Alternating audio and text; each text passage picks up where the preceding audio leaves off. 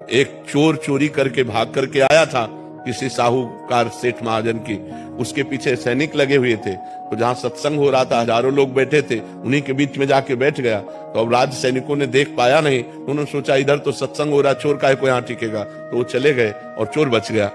सत्संग में यही चर्चा चल रही थी कि दीक्षा लेने से नया जन्म हो जाता है, पूर्व पाप नष्ट हो जाते हैं।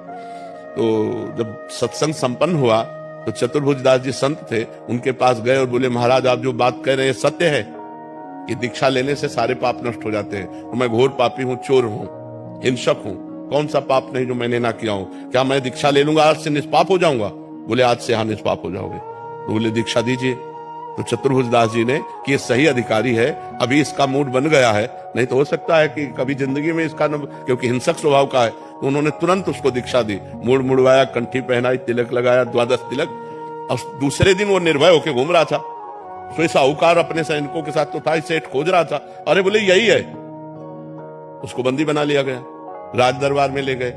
राजा ने कहा तुमने चोरी की है? उसने कहा इस जन्म में नहीं। बोले महाराज जन्म की बात नहीं है, कल की बात है, कल इसने चोरी की है।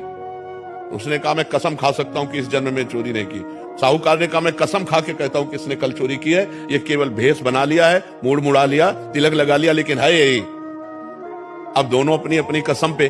तो उस समय जो पद्धति चलती थी सत्य को प्रमाणित करने के लिए, तो एक लोहे का फार गर्म किया जाता था और पीपल की छोटी सी नवीन पत्ता ऐसे रख दिया जाता था और उसके ऊपर सूत ऐसे बांध दिया जाता था और वो लोहे का जलता हुआ फार हाथ में ले और सूत जले ना और 7 कदम चल के फेंक दे, वो सत्य माना जाता था।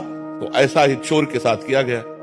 जो ही पूरी पद्धति करके ऐसे फार, तो उसने कहा गुरुदेव ने कहा था कि दीक्षा लेने के बाद नया जन्म होता है, ये अंदर, और जोर से बोला मैंने इस जन्म में कभी पाप नहीं किया, और 7 कदम चला फेंक दिया, बिल्कुल सूत ज्यों का त्यों। अब तो राजा ने सेठ को कहा ऐसे फांसी दो, इतने बड़े वैष्णव को, संत को चोर कहा। जब उसके फांसी की बात कहते बोले सरकार नहीं वो भी सही है, फांसी मत दीजिए क्योंकि वो अपराधी नहीं, अपराधी तो मैं हूं। तो बोले अब तुम अपराधी कैसे हो सकते, तुम्हारा तो प्रमाण हो चुका है कि तुम इस जन्म में चोरी नहीं की। बोले इस जन्म में नहीं की? बोले क्या कहानी क्या है? बोले कहानी ये है कि हमने कल चोरी की थी। ये सही कह रहे हैं, लेकिन फिर हमने दीक्षा ले ली, तो दीक्षा से नया जन्म हो जाता है, इसलिए मैंने इस जन्म में चोरी नहीं की। इस बात से राजा बड़े प्रभावित हुए। बोले मैं उन संत से मिलना चाहता हूं जिन्होंने तुम्हारे जैसे चोर का परिवर्तन कर दिया। तो उस दृष्टांत से पता चलता है कि नया जन्म हो जाता है, लेकिन अबलो न सानी अबना न सही हो। उस चोर ने झूठ नहीं बोला, उसने फिर कभी चोरी नहीं की, आज तक किया, अब नहीं करूंगा, इससे सारे पाप नष्ट हो जाते दीक्षा लेने से। अगर दीक्षा लेकर फिर पाप करे तो पक्के रजिस्टर्ड पाप होते, फिर वो भोग